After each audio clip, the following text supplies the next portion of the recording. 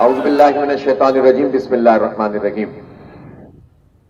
آج امیر جماعت اسلامی پاکستان سراج الحق صاحب کی اپیل پر پورے ملک میں احتجاج کیا جا رہا ہے۔ شدید ترین مہنگائی اور خاص طور پر جو بار بار پیٹرول بم ہم پر پھینکے جا رہے ہیں اس کے خلاف حکومت نے پیٹرول کی قیمت 160 روپے کر دی ہے اور وزراء اور وزیر اعظم بار بار قوم کو یہ بتانے کی کوشش کر رہے ہیں کہ پوری دنیا میں مہنگائی ہو گئی ہے، اس لیے ہم مہنگائی کر رہے ہیں۔ میں وزیر اعظم سے اور ان کے وزراء سے پوچھنا چاہتا ہوں کہ پوری دنیا میں کیا تعلیم اتنی مہنگی ہوتی ہے جتنی ہمارے ہاں تعلیم کی دکانیں کھولی جا رہی ہیں؟ کیا پوری دنیا میں صحت اور علاج کی سہولتیں اتنی ہی مہنگی ہیں؟ کیا پوری دنیا کے لوگ جس امریکہ اور یورپ کی مثالیں دیتے ہیں وہاں پر کوئی اگر بیمار پڑ جائے تو کیا اسٹیٹ کے پاس کوئی راستہ نہیں ہوتا کہ ان کا علاج کر سکیں؟ کیا وہاں پر اسی طرح سے جو ہے وہ ہر چیز خریدی جاتی ہے؟ جب آپ یہاں پر تعلیم نہیں دیتے، صحت کی سہولت نہیں دیتے، جب آپ جو ہے امن و امان نہیں دیتے، اسٹریٹ کرائمز بڑھتے چلے جا رہے ہیں اور روزانہ نوجوان ہمارے قتل ہو رہے ہیں۔ آج بھی سما ٹی وی کے سینئر پروڈیوسر کو دن دہاڑے قتل کر دیا گیا ان قاتلوں نے کہ جنہیں کھلی چھوٹ ملی ہوئی ہے اور کوئی رینجرز ان کو نہیں پکڑ رہی، کوئی پولیس ان پر ہاتھ نہیں ڈال رہی اور لوگ روز ہمارے جوان مر رہے ہیں۔ چینا جھپٹی کا جو ہے بازار گرم ہے۔ تو یہ حکومت لوگوں کو امن بھی نہیں دے، یہ حکومت تعلیم بھی نہیں دے، صحت کی سہولت بھی نہیں دے اور پھر کھانے پینے کی چیزوں کو مہنگا کر دے اور پیٹرول کی قیمت بڑھا دے اور پھر دھوکہ دے لوگوں کو کہ پوری دنیا میں مہنگائی ہو رہی ہے۔ یہ سب جھوٹ اور دھوکہ ہے۔ یہ آئی ایم ایف کے وہ غلام ہیں کہ جو کوئی اپنی بات نہیں کرتے، جو آئی ایم ایف کہتا ہے وہی کرتے ہیں۔ آپ کو معلوم ہے کہ گورنر اسٹیٹ بینک یہ باقاعدہ امپورٹ کر کے آئی ایم ایف کے کہنے کے اوپر لا کر یہاں پر بٹھایا گیا اور پھر اس کے بعد اسٹیٹ بینک کو آئی ایم ایف کے ہاتھوں گروی رکھ دیا گیا ہے۔ اب پاکستان کی کوئی حکومت کوئی معاشی فیصلہ اسٹیٹ بینک کی مرضی کے بغیر نہیں کر سکتی کہ جس پر ہمارا کوئی بس نہیں چلتا۔ غلامی کا یہ بدترین دور ہے جو اس وقت ہم پر مسلط ہے اور اس پورے قانون کو پاس کرنے میں Noon league, peoples party, M Q M, A N P, J U I اور پاکستان تحریک انصاف ان سب نے اپنا کردار ادا کیا اور سینٹ کے طے کر لیا آپس میں کہ جے یو آئی کا یہ سینیٹر نہیں آئے گا، پیپلز پارٹی کے گیلانی صاحب نہیں آئیں گے، پی ٹی آئی کے اتنے لوگ، اور ان لوگوں نے مل جل کر غلامی کا ایک قانون ہمارے اوپر مسلط کر دیا۔ ہم کسی صورت اس کو قبول نہیں کر سکتے۔ اس قانون کو بھی واپس لینا ہوگا اور ہماری آزادی کا جو سودا کیا گیا ہے اس سودے بازی کو بھی ختم کرنا ہوگا۔ میں سمجھتا ہوں کہ اس وقت جس طرح سے ہم پر مسلط ہو کر یہ آئی ایم ایف کے غلام ہمیں یہ بتاتے ہیں کہ اگر ہم آئی ایم ایف سے پیسے نہیں لیں گے تو ہماری معیشت کیسے چلے گی۔ یہ آئی ایم ایف ہمیں سال میں 1.5 ارب ڈالر، 1 ارب ڈالر دیتا ہے۔ یہ تقریباً ہمارے 200-300 ارب روپے اگر بن جاتے ہیں تو اتنے پیسے تو وزیر اعظم کا ایک وزیر کھا جاتا ہے۔ ہمارے آٹا مافیا اور چینی مافیا ہڑپ کر جاتی ہے۔ ان کی نااہلی کا ایک فیصلہ جس میں انہوں نے آر ایل این جی جو ہے وہ دیر سے اور مہنگے داموں خریدی ہے، اس ایک فیصلے سے 400 ارب روپے کا نقصان ہوا ہے۔ تو اس کا مطلب یہ ہوا کہ مسئلہ یہ نہیں ہے کہ دھوکہ دیتے ہیں کہ آئی ایم ایف ہماری ضرورت ہے۔ آئی ایم ایف ہماری ضرورت نہیں ہے۔ دنیا کے کتنے ملکوں نے کہا ہے کہ ہم ان کے قرضے ابھی واپس نہیں کر سکتے، ہمیں ری شیڈول کیا جائے۔ اس لیے ہم یہ سمجھتے ہیں کہ قوم کو بیدار ہونا ہوگا اور اس مافیا سے نجات پانی ہوگی۔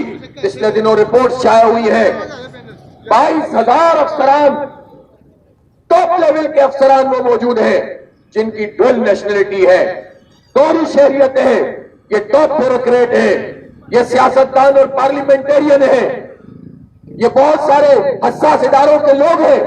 یا تو وہ خود دوہری شہریت رکھتے ہیں یا اپنے بچوں کو امریکہ پہلے بھیج دیتے ہیں اور اس کے بعد جب یہاں سے عہدوں سے فارغ ہوتے ہیں یا تو پاکستان کی حکومت انہیں کوئی عہدہ دے دیتی ہے اور ملینز آف روپیز کی تنخواہ لے کر ہمارے اوپر مسلط ہوتے ہیں، ورنہ بھاگ کر امریکہ اور برطانیہ چلے جاتے ہیں۔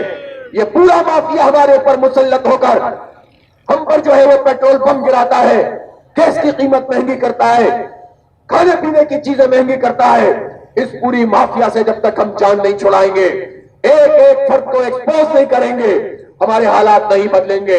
اس لیے ہم عوام کے دباؤ کے ذریعے سے یہ تحریک آگے بڑھا رہے ہیں اور حکومت سے مطالبہ کرتے ہیں کہ پہلے مرحلے پر پیٹرول کی قیمتوں کو آدھا کیا جائے. یہ کہتے ہیں کہ عالمی مارکیٹ میں قیمت بڑھ گئی. یہ پوچھنا چاہتا ہوں اس وقت تو $88 فی بیرل قیمت ہے، لیکن جب $38 فی بیرل ہوئی تھی اس وقت آپ نے پیٹرول کو کیا 1/4 کر دیا تھا؟ اس وقت بھی آپ لوٹ رہے تھے اور اب مہنگے داموں کا بہانہ بنا کر لوٹتے ہیں. یہ دہشت گردی، معاشی دہشت گردی نہیں چلے گی. پیٹرول کی قیمت بھی کم کرو، آٹا بھی سستا کرو، چینی بھی سستا کرو. اور یہ جو اپوزیشن کے نام پر یہ جو ڈرامہ اس کو پوری پاکستان میں رچایا جا رہا ہے، یہ ڈرامہ بھی اس لیے رچایا جا رہا ہے کہ ہم زیادہ منظور نظر امریکہ اور اسٹیبلشمنٹ کے بن جائے اور ہمارے ہاتھ میں یہ سب کچھ دے دیا جائے. یہ نظام کی تبدیلی کی نہیں، چہروں کی تبدیلی کی جو پورے پاکستان میں لانگ مارچ کے نام پر اور پورے پاکستان میں عدل پتل کے نام پر کام ہو رہا ہے، یہ کسی صورت قابل قبول نہیں. حکومت اور اپوزیشن ایک ہی تھیلی کے چٹے بٹے ہیں. یہ جب حکومت میں ہوتے ہیں تو سارے وہی اقدامات کرتے ہیں جو موجودہ حکومت کر رہی ہے. یہ عوام کی جدوجہد کو آگے بڑھانا ہوگا، عوام کو شعور دینا ہوگا اور اس تحریک کو لے کر چلنا ہوگا. یہی نجات کا راستہ ہے.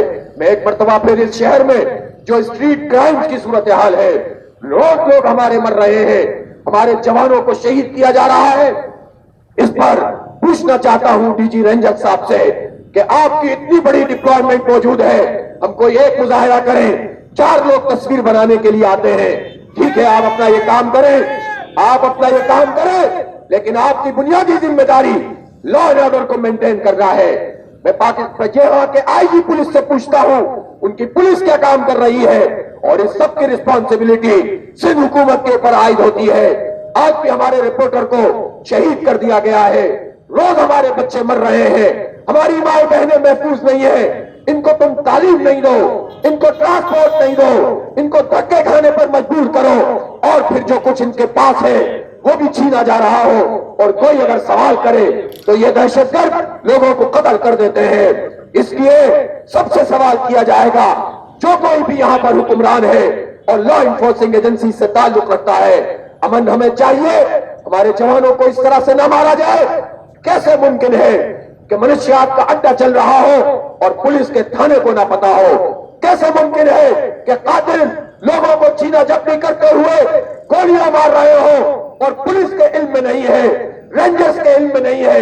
اگر آپ کے علم میں نہیں ہے تو آپ اپنی انٹیلیجنس کے بارے میں سوال پیدا ہوتا ہے کہ پھر یہ انٹیلیجنس کے ادارے کیا کر رہے ہیں، کیوں نہیں قاتلوں کو پکڑتے ہیں؟ اور آپ کے علم میں ہے اور پھر لوگ مر رہے ہیں تو پھر کون اس کا ذمہ دار ہے؟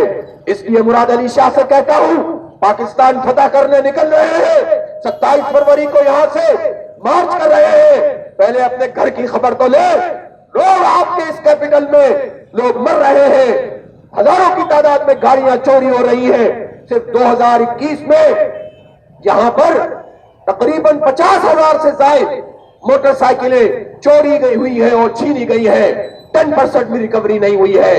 ہزاروں کی تعداد میں کاریں چھینی گئی ہیں، ریکوری نہیں ہوئی ہے. سینکڑوں کی تعداد میں لوگ مر گئے ہیں، کوئی پوچھنے والا نہیں ہے. اس لیے اس کو لگام دینی پڑے گی اور ہمارے حالات کو بدلنا ہوگا، ورنہ ہم اپنی جدوجہد کو تیز تر بھی کریں گے اور عوام کو ملا کر انشاءاللہ آپ کا راستہ بھی تنگ کریں گے. وآخر دعوانا الحمدللہ رب العالمین.